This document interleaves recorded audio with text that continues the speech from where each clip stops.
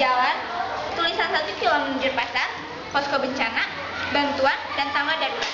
Di sini juga terdapat lilin yang kami gunakan sebagai kendaraan dan kami gunakan sebagai orang, yaitu relawan dan bencana, relawan dan korban, dan juga kami gunakan sebagai pelampung dan perahu.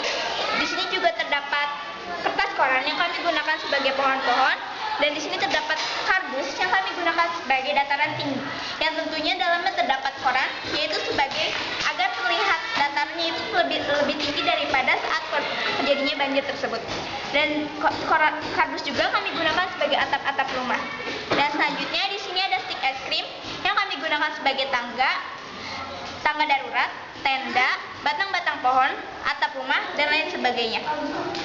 Sekian presentasi dari tentang deskripsi komposisi miniatur.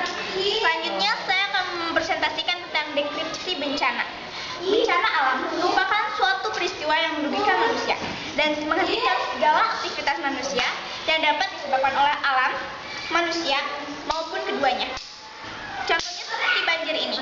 Banjir merupakan suatu peristiwa meluapnya air pada permukaan tanah yang ketinggiannya melebihi batas normal dan yang dapat disebabkan oleh alam dan manusia. Pada miniatur kami ini memang disebabkan oleh alam dan manusia karena berawal dari manusia itu sendiri. Manusia membuang sampah sembarangan dan akhirnya membuat saluran itu menjadi mampet.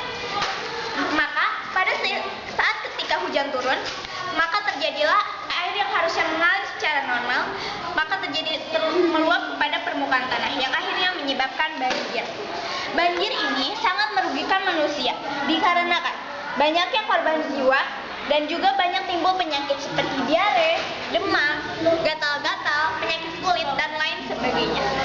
Dalam suatu bencana, tentunya diperlukan suatu posko bencana yang tentunya aman dari bencana.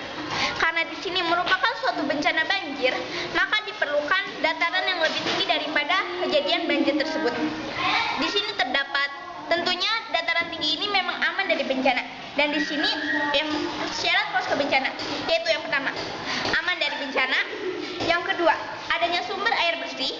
Yang ketiga, adanya jalur kendaraan. Dan yang keempat, adanya tempat untuk memberi kebutuhan.